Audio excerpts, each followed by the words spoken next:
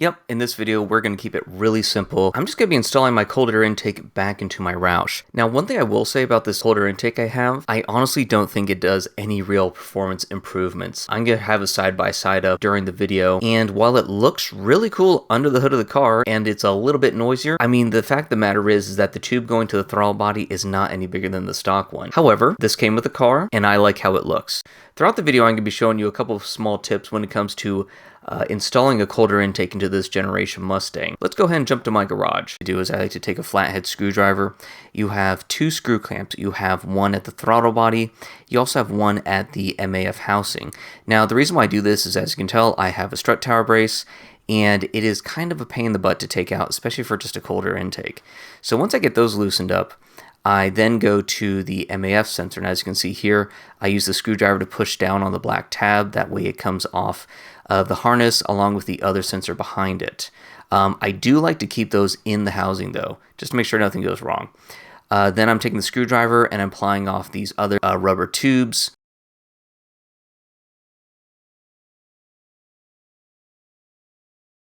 There is an 8mm bolt on top of the air filter housing on your stock unit. Now, one thing I will say, it is a very long bolt, so you're going to be here for a while.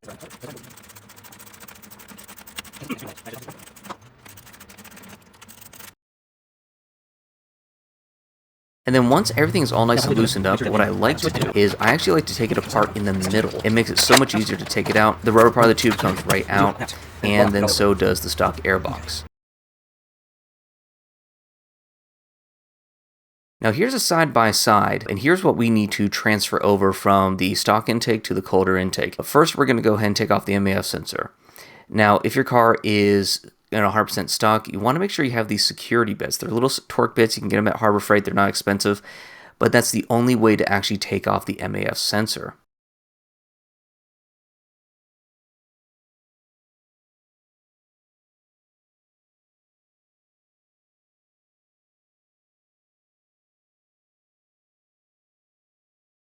As you can tell, there's two little wires in there. Do not touch them. This is a great time to go ahead and clean those off though with MAF sensor cleaner.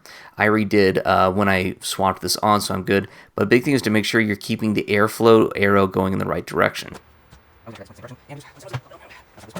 I'm reinstalling it. I made sure that the airflow arrow is at the right part. I also went ahead and made sure to install the other sensor. I always like to make sure that the little, wire that's sticking out from it is in the way of the airflow so it gets a good reading. And with that, we're back to the car. Now, I do actually separate it here as well. I had it together just to show the difference between, my intake and a stock one. First thing I do is I take the tubing, make sure it's all loosened up, and I slide it in to get it onto the stock throttle body. Big thing is to make sure it doesn't fold over when you're putting it on. I also make sure that I'm not missing any of the spring clamps. Now the next part here is getting the actual air filter into the fender. A big thing is that, as you can see, there's a bracket right there and it lines up with a stud, which I'll show in a second. See, right there. Now your car should already have the bolt on there, but we want to make sure that stud goes onto that bracket right here. Now it's wrestling time. These will fit into the fender, just sometimes you have to kind of twist it around to find the right spot. And once I get it in, I make sure that that bracket goes right on the stud. If not, it makes everything a little bit difficult to get together. Once I do, I make sure that the cold air intakes, MAF housing, and the intake tube are all lined up and together. Now it's time to start buttoning stuff up. The first thing I do is on that stud, I thread on the bolt that came with the car. That way it's already there. I just simply make sure it's all attached because I want to make sure that there's no air leaks anywhere. Another important thing is, as you can tell, I'm tightening up the top 8mm bolt. That on this intake, there are a couple bolts between the tube that goes into the fender and the MAF housing. I keep those loosened up for installation because it makes it a lot easier to manhandle it into the fender area. So I first tighten those up.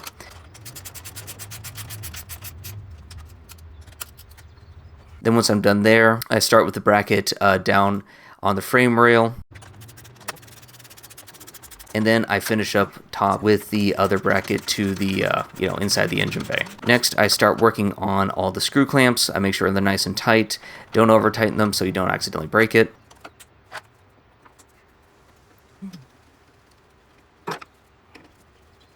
And then I make sure those two hoses are back to where they need to be. And with that, we're done.